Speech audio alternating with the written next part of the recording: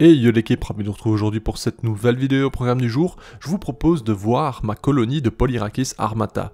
Cette magnifique fourmi qui nous vient d'Asie, une fourmi dite tisserande, parce qu'effectivement elle utilise ses larves pour tisser certaines parties de son nid, de ses tubes, bref, ici en élevage c'est forcément différent, mais en nature elles vont tisser des feuilles, enfin plein de trucs sympas. Elles vont utiliser un peu tout ce qu'elles trouvent également pour renforcer leur nid, c'est assez cool. Bon, ici c'est un élevage donc c'est totalement différent. Le setup nous vient de chez Hans Farm Supply, je l'ai agrémenté de branchages, etc., etc. Ça ce n'est pas compris dans le prix, mais bon voilà, pour quelques euros de plus vous pouvez rendre ça vraiment sympa. Ma petite colonie se développe vraiment bien, on ne dirait pas, mais il y a vraiment pas mal de monde déjà à l'intérieur, hein. Sincèrement c'est vraiment impressionnant. Je vous montrerai dans le tube juste après ce qui s'y trouve. Bon, voilà. En fondation, je vous conseille pas du tout de les déranger de cette façon, comme je vais le faire, mais ici, pour vous montrer en vidéo, pour que vous puissiez vous rendre compte de vraiment la tonne de cocons qui est à l'intérieur, ben, je vais les déranger un minimum, bref. Sachez que Polyrhachis armata, c'est pas une espèce stressée, hein. C'est vraiment très détente, ça ne panique pas ou très peu, c'est... Bon, bien sûr, il y a différents stades. Quand c'est les fondations, quand c'est le début, que la reine est seule, etc., là, c'est plus complexe. Mais autrement, ça se passe assez bien. Moi, ici, jusqu'à preuve du contraire, j'ai toujours de reines. Je n'ai pas retrouvé de cadavre de reine ou quoi que ce soit. J'en avais 3 initialement, j'en ai enlevé une parce qu'elle se faisait rejeter, elle se faisait vraiment littéralement attaquer.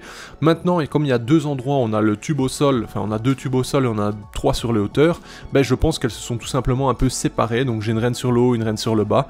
Comme je le disais, je ne peux pas vous le prouver en image maintenant, parce que ben voilà, vous avez les vidéos plus tôt où vous le voyez les 3 reines, maintenant je ne peux plus vous les prouver parce que pour moi c'est impossible de voir l'intérieur des tubes. Vu qu'ils sont vraiment tissés, donc opaques, ce n'est plus possible de voir vraiment ce qu'il y a dedans, bref. Mais en tout cas, je suis pratiquement sûr que les deux sont encore en route.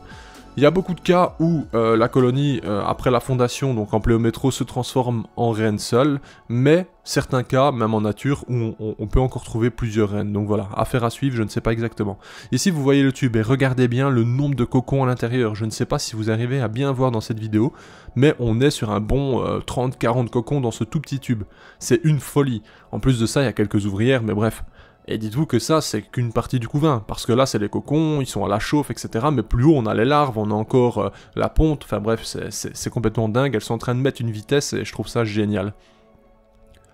Pour en revenir sur le sujet des reines, pour moi donc, ce serait potentiellement vraiment une espèce monogyne, mais je pense qu'en élevage on a certaines exceptions comme avec d'autres espèces qu'on peut observer.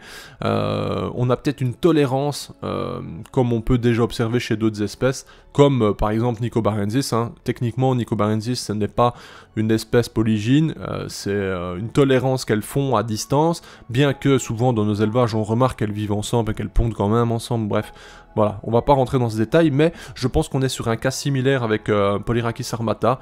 Avec un peu de distance, avec un peu de chance, on peut préserver peut-être, j'imagine, 2, peut-être 3 reines, je ne sais pas. En tout cas, ici, voilà, d'après moi, je pense qu'il y en a encore 2, ça c'est pratiquement sûr. Sinon, j'aurais retrouvé un thorax bien plus gros qu'une simple ouvrière, mais bon.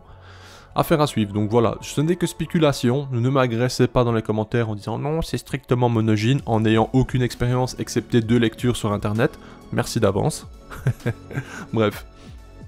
Alors voilà, je vous ai déjà parlé de la période essaimage ou pas, je ne sais plus. Mais bref, en tout cas c'est la période, depuis un mois et demi elles ont essaimé.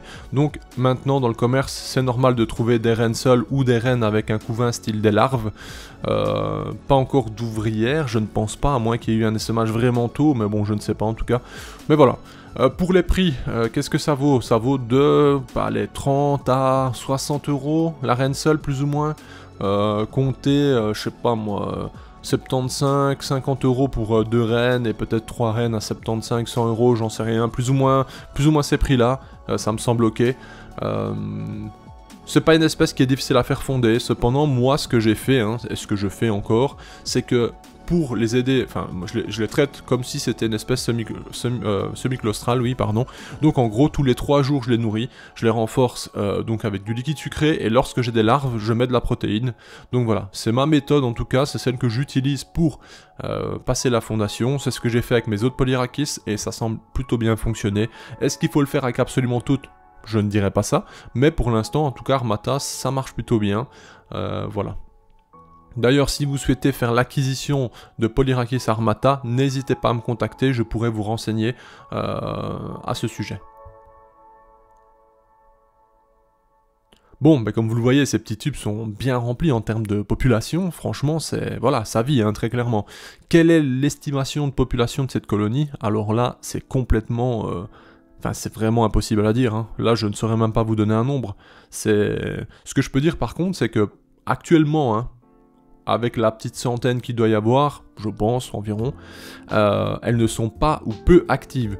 Quand est-ce qu'elles sortent? C'est uniquement en recherche de nourriture. Autrement, le reste du temps, il n'y a pas vraiment d'exploration, elles restent vraiment dans leur tube qui leur sert donc de nid, il ne se passe pas grand chose. Donc j'imagine que plus tard ça va changer avec le nombre, mais pour le moment c'est vrai que c'est pas l'espèce avec laquelle on prend énormément de plaisir à découvrir leurs faits et gestes. Cependant, bien sûr, allez y déposer de la protéine, allez y déposer du liquide frais, etc. quand elles ont faim, vous allez voir que là, il y a tout de suite bien plus d'activité. Bref, magnifique espèce, relativement simple, en tube d'ailleurs, hein, quand elles sont en fondation en tube sur le tapis chauffant par exemple, moi elles étaient à 26-27, ça suffisait amplement, ça se développait très bien, donc voilà, pas de stress avec ça. Ici c'est vrai qu'elles ont un point chaud à 30, mais je pense même pas que ce soit obligatoire, mais certes, ça favorise tout de même l'évolution de la colonie, notamment la vitesse de développement des cocons. C'est une espèce qui ne pique pas d'ailleurs, pour information. On a juste, vous voyez, hein, ces sortes d'épines dorsales qui sont vraiment bien développées. Ça pique pas spécialement, c'est une protection dans la nature pour elle, hein, ça évite qu'elle se fasse manger par tout type de, je veux dire, de potentiel ennemi pour elle. Bon, maintenant il y en a certainement qui s'y attaquent quand même, hein, mais c'est vrai que c'est quand même solide et que ça pique. Si vous mettez votre doigt dessus, que vous appuyez, vous sentez que c'est quand même assez fort. D'ailleurs, une simple chose assez intéressante, c'est que lorsque Polyrakis armata, une ouvrière haute, tombe d'une petite hauteur, on entend littéralement un bruit assez sourd, comme si l'espèce était vraiment lourde lorsqu'elle tombe, alors que c'est quelques grammes, c'est ridicule quoi. Bon, le setup sinon il fonctionne, hein. Ant Farm Supply, ça fonctionne d'ailleurs si Ant Farm Supply passe par là. N'hésite pas à m'en renvoyer un setup, hein. Franchement ça fait longtemps qu'on n'a pas eu de matériel de la boutique. Je sais pas ce que vous pensez vous, mais voilà, ça ferait toujours du bien de découvrir et moi ça me permettrait de voir les nouveaux produits. Et d'ailleurs une aire de chasse de ce style avec les branchages etc, je te passe le message, mais si tu souhaites, tu peux m'en envoyer une de plus. J'ai des Polyrakis Dive qui je pense apprécieraient aussi ce type de setup. Bon voilà, hein, c'était le petit clin d'œil, j'en profite, hein. On a un petit peu de visibilité, l'équipe, on va tenter quelque chose, hein. Ce serait dommage de ne pas essayer de toute façon, très clairement. Donc voilà, affaire à suivre, on verra s'il a entendu mon appel du pied, entre guillemets. Et je vais déjà vous dire que bon, on se dirige vers la fin de la vidéo, hein. Il reste quelques images certes, mais vu qu'il n'y a pas grande activité chez mes Polyrakis armata, je n'avais pas grand chose à filmer malheureusement. Cependant, j'espère tout de même que la vidéo vous a plu. Une petite chose aussi, n'hésitez pas à commenter et à liker surtout, parce que mine de rien, quand je réclame des likes, vous en mettez bien plus et je le constate. Donc voilà, si vous pourriez juste y penser, mettre un petit like, une petite seconde, ça aidera grandement la chaîne. Et sur ce, je vous remercie, hein. Je vous dis à bientôt pour de prochaines vidéos. Prenez soin de vous l'équipe, et de vos proches bien entendu. On se dit à bientôt pour de prochaines vidéos. Bye.